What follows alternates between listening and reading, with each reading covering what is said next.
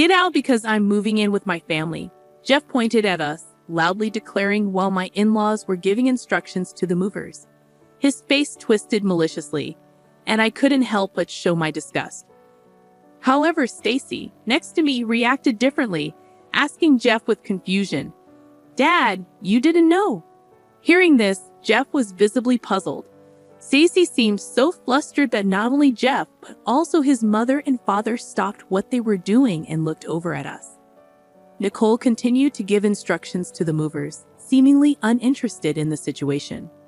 Despite my dismay at the behavior of Jeff's family, I was determined to reveal a certain truth. My name is Dean Anderson, a 46-year-old remote worker. I have a husband and a daughter leading a typical life. After several dates, Jeff proposed to me 3 years into our relationship. Having a frequently ill mother, I wanted to marry as soon as possible to give her peace of mind, so I accepted Jeff's proposal. Sometime after our marriage, I found out I was pregnant. Jeff was truly happy, eagerly looking forward to seeing our child. When our daughter Stacy was born, Jeff took an active role in parenting, and I lived happily. However, I had some worries. The biggest concern was about my mother. Her health improved upon seeing her grandchild, despite being almost better than before, and she visited us often. Initially, she visited frequently, but as Stacy entered middle school, my mother's health visibly declined. I quit my job to be available for my mother, choosing remote work. This decision allowed me to fully take care of my mother's hospital admissions and discharges. By the time Stacy graduated middle school, my mother was very happy when we visited her. I hoped she would gradually recover and be able to go out as before. However, around this time, Jeff's behavior began to change. Initially, he was willing to help with my mother's care, but lately he had become grumpy, complaining that I wasn't paying attention to him. "Going to your mother's again? You don't care for me when I'm tired from work, but you always look after your sick mother." He would say such incomprehensible things, and even when Stacy and I tried to appease him, he strongly rejected our efforts. Worried about both my mother and Jeff, Stacy took over caring for Jeff. "Mom, leave Dad to me. You should go to Grandma sooner," Stacy said with a smile, and I always relied on her. One day, while living this way, I received a call from my sister-in-law, Nicole. "You've been neglecting my brother lately," she accused out of the blue, making me stare at my phone screen in surprise. I pondered if there was a mix-up, but Nicole's name was clearly displayed on my phone screen. Confused by the baseless accusation, I could only deny it. "It's been a while, Nicole. What's going on all of a sudden?" "I haven't been neglecting Jeff," I said, clueless as to why Nicole would say such a thing. "Don't play dumb. I've heard it from my brother lately. You've been neglecting the house to care only for your own mother.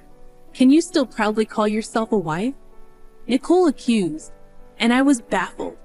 I had been focusing more on my ill mother lately, but I never thought Jeff would tell Nicole about it. However, I wasn't neglecting our home. Stacy helps with the household chores when she gets back from school, and I manage both my work and my mother's care along with the housework. Lately, I did feel like Jeff's complaints had increased, but they were about trivial things like wanting to eat at expensive restaurants or not liking the smell of the laundry detergent. Things we couldn't do much about. I was not neglecting the household chores. Just as I was about to explain in detail, Nicole said something shocking. "Unfortunately, this has reached our parents too. Someday, our angry mother might come to scold you." Leaving me with those irrational words, Nicole hung up. Immediately surprised by the unexpected turn of events, I was speechless until Stacy spoke to me. "Mom, I'm home. What happened? You look stunned." Regaining my composure, I told Stacy, who had just returned from school, about the conversation. Stacy, too, was shocked and incredulous. Sighing in disbelief, she said, "Hey, Mom, there's something I've been thinking about for a while. Can I talk to you about it?" Nervously, I nodded to Stacy's serious request. Listening to Stacy's concerns made me feel truly disheartened. During a period filled with Jeff's nonsensical complaints and Nicole's harassing calls, my in-laws finally took action. One day after visiting my mother, I came home to find my mother-in-law cooking in the kitchen. Entering the living room, I was so surprised that I dropped my things and just stood there staring at her. Noticing me, my mother-in-law frowned and approached. "Oh, you're back. How's your mother?" "Well, have a seat." Feeling her irritation, I had no choice but to follow her past me to our living room sofa, where I received a lengthy lecture. Initially, she scolded me for my attitude towards Jeff and berated me for neglecting my household duties and making my husband do chores. However, I noticed some inconsistencies in her lecture and corrected her. "Mother, there are some misunderstandings. I have never made Jeff do the household chores. In fact, Jeff hardly helps at all. Embarrassingly, it's Stacy who helps me out." Hearing this, my mother-in-law suddenly stood up, pointed at me, and started shouting. "Do you think that lie will work on me? Are you saying that child is lying to me? What a terrible daughter-in-law. That's enough." With her face red with anger, she stormed out, leaving the stove on and everything behind like a tempest. I hurried to turn off the stove, so I couldn't chase after my mother-in-law. That day, Jeff was in a strangely good mood, almost unnervingly generous. He kept cutting me off every time I tried to explain. I attempted to initiate a conversation, and Stacy also appeared perplexed by the situation. We decided to remain silent and observe, not wanting to upset Jeff. For a few days, Jeff continued to be in a good mood without any issues. Thanks to that, I could take care of my mother without feeling uneasy. However, a few days later, my mother quietly passed away. Despite being engulfed in sadness, Stacy and I managed to get through the funeral and then spent some time sorting through my mother's belongings at her house. I had hoped for Jeff's assistance, but bringing it up made him sullen for the first time in a while. So Stacy and I proceeded with the task, and naturally, the house was filled with memories of my mother, making it difficult to make much progress, as each item reminded us of her. I reluctantly contacted Jeff, and despite his initial good mood, he suggested we stay the night at my mother's house. However, with Stacy's school and my work, it wasn't that simple. For the time being, I told him we would return home the next day and decided to rest for the night. The following day, after making some progress with the sorting, we decided to go back to our house. As we approached our home, I noticed a large truck parked in front of it. Wondering what it was, I realized it was a moving truck with Jeff and my mother-in-law directing the unloading. Confused, I ran up with Stacy to stop them. Jeff stepped forward, puffing out his chest as he noticed us. "You're back already. It's too late for you to return now. I'm moving in with my family, so you two need to leave," he declared loudly with a malicious twist to his face. I couldn't help but show my disgust, but Stacy, standing next to me, asked Jeff with confusion, "Dad, you didn't know?" Jeff was visibly puzzled, and Stacy's words caught the attention of not only Jeff, but also his mother and father. Despite my dismay at the behavior of Jeff's family, I was determined to reveal a certain truth. "Forgotten, this house is mine," I asserted confidently. The in-laws were shocked, and Jeff began to panic, turning pale. Even Nicole, who had been giving instructions to the movers, stopped and confronted me. "What are you talking about? There's no way you could afford to build such a fine house." Now it was my turn to respond with confidence. "Thank you for the compliment. This house was built by my father, and originally it's my family home." "That can't be true. This house is so beautiful. It looks almost brand new," Nicole exclaimed. "Does it look that way?" "Thank you, Mother. My mom renovated it for us as a wedding gift. Jeff should know about this," I said, attempting to clear up the confusion. It could have easily slipped his mind. But this house is naturally in my name, and the renovation costs were covered by my mother. She moved out happily to an apartment so that we could live here contentedly for a long time. Jeff and I went to express our gratitude to my mother and even discuss the possibility of living together. However, Jeff, who tends to forget things that don't suit him, appeared to realize that his plan had failed. Just as I was about to speak, Stacy began to share information she learned from the inheritance process. "Grandma left a lot of assets for me and Mom. But it's not money. It's things like land and apartments that can't easily be converted into cash. Upon hearing this, Jeff turned to his parents with shining eyes, and Nicole raised her hand in joy. Wait a minute. I had no idea your mother had so much wealth. You never said anything about this when we got married. Jeff's outburst led his family to start complaining selfishly. What's that? Isn't that like marriage fraud? That's terrible. You intentionally kept quiet because you didn't intend to give Jeff any of the property. What a greedy woman. From the conversation earlier, it sounded like only you two would inherit everything. My father-in-law, who noticed the most crucial part, looked at us, and I nodded clearly while explaining the situation. Yes, the inheritance is divided between Stacy and me only. Jeff gets nothing. We found the will while sorting through the belongings yesterday. Hearing this, Jeff's family turned red with anger, especially his mother, who was the most furious. This can't be allowed. We'll get a divorce, and then I'll make sure to get compensation from you. As his mother screamed in anger and frustration, I accepted her reaction without hesitation. Yes, I agreed to the divorce. The moment I agreed, his mother turned around and ran off, presumably to the city office, which is probably close by, to get a divorce form. Deliberately not stopping her angry departure, I watched her leave. As I watched his mother head to the office, Jeff grumpily asked me, "Hey, what are you planning to do now? Are you talking about the divorce or where you will live?" Jeff almost snapped at me, but I looked up at the house indifferently. "This house is actually already on the market," I said, surprising Jeff. Confused by my words, Jeff looked puzzled, exchanged looks with his father, and then looked back at me.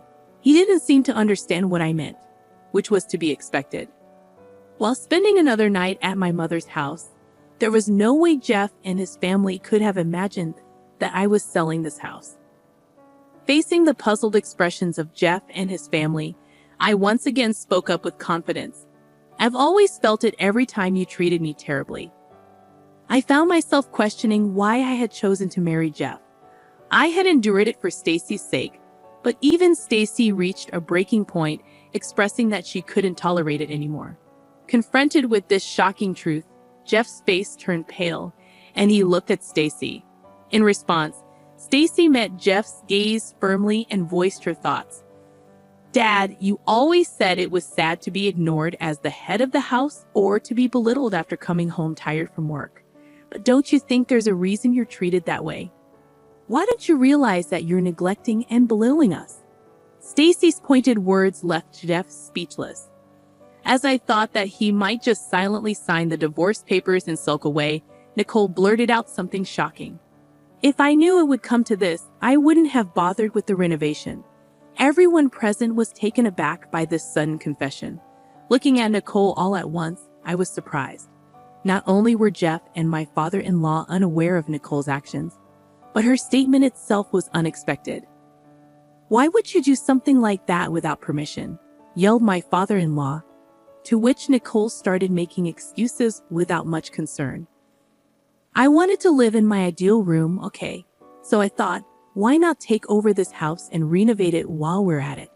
But you're selling the house, right?" "Oh, but if you're selling it, why not renovate it and sell it for more?"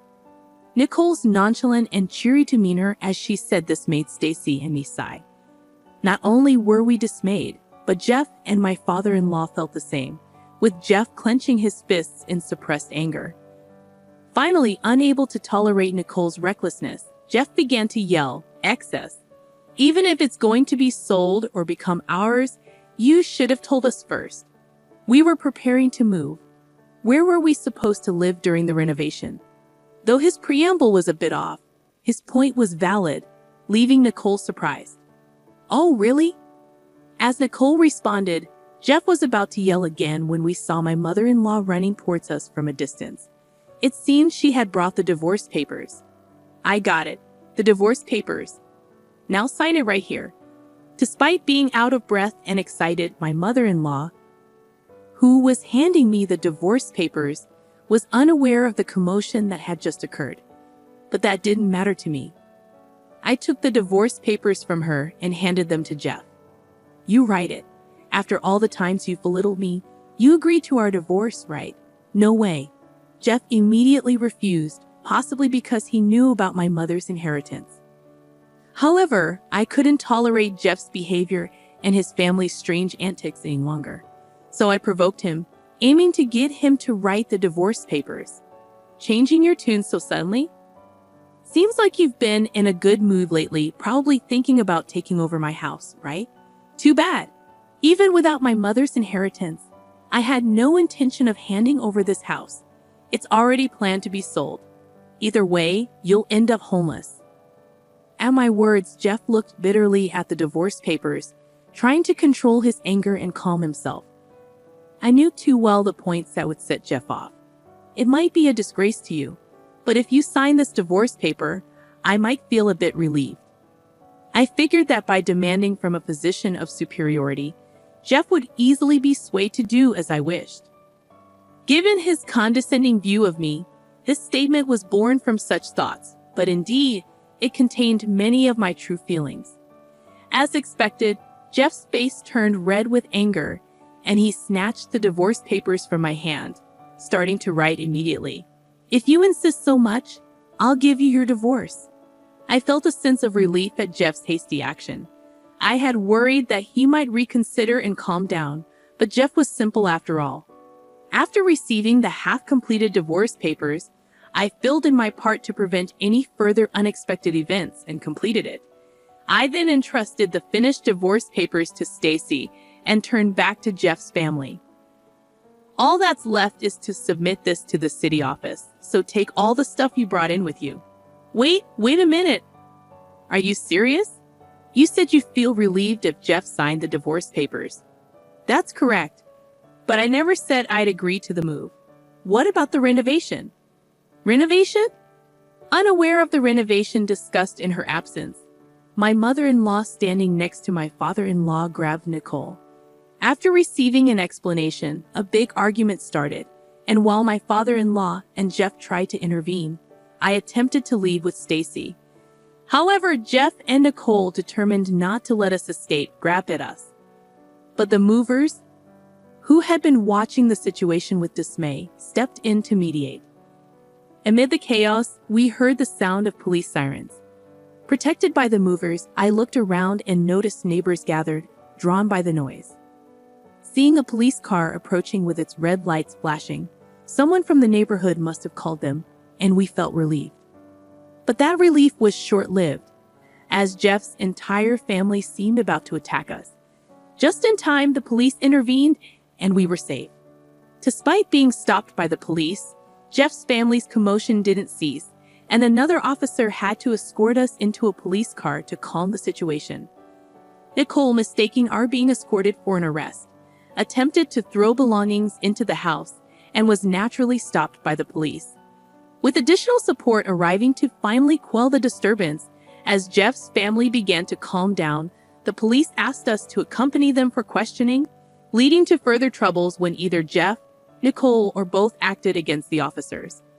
They were arrested for obstructing official duties and taken away in police cars that had arrived for backup. Jeff's parents were also scolded by the police and taken to the station for questioning. From the police car, we observed the entire ordeal, providing a brief statement. Eventually, Jeff and I officially divorced. The process, initially resisted by Jeff even after signing the papers, was prolonged. However, thanks to a mediator, we were able to finalize it smoothly. Soon after, my house found a buyer, securing the money from the sale. Despite Nicole's push for a renovation, the house had already been renovated when my mother passed it down to me, and a buyer quickly appeared. Afterward, my in-laws were not prosecuted, but they couldn't return to the house I inherited, having sold their own house in anticipation of moving into mine. This left them without a place to live, and due to the commotion, they became outcasts in the community, struggling to find a place to belong. My claim for compensation further cornered Jeff's family. The incident became well known at Jeff's workplace, leading to a pay cut followed by his voluntary resignation. Now, he is working day jobs to make compensation payments to me and, for a short while, child support for Stacy. Balancing income and expenses is difficult, and he seems to be juggling multiple jobs to keep up with the payments. As for Nicole, after the dust settled from the incident, she continued working as a beauty consultant as if nothing had happened. However, rumors reached her customers, and eventually, upper management learned of the incident, leading to her dismissal. Despite once living a flashy lifestyle, her savings quickly dwindled. Like Jeff, she is now working multiple jobs to make ends meet, including compensation payments to me. Regarding my in-laws, there was some trouble after the incident, leading to their divorce. Now they are living separately. The mother-in-law, ostracized by the neighbors, was fired from her part-time job. The father-in-law, who planned to enjoy his retirement with his pension, had to allocate most of it to compensation payments to me and is now looking for work despite his age. They are each in a difficult situation, but this is their reparation to us, and I hope they take this time to reflect. On the other hand, Stacy and I have moved to a new house. Even if Jeff's family tries to approach Stacy's school, it's not an issue since she has already transferred. Continuing my work from home and thinking about spending peaceful days ahead with Stacy naturally brings a smile to my face. Feeling liberated from our past troubles, I plan to live happily with Stacy, just the two of us.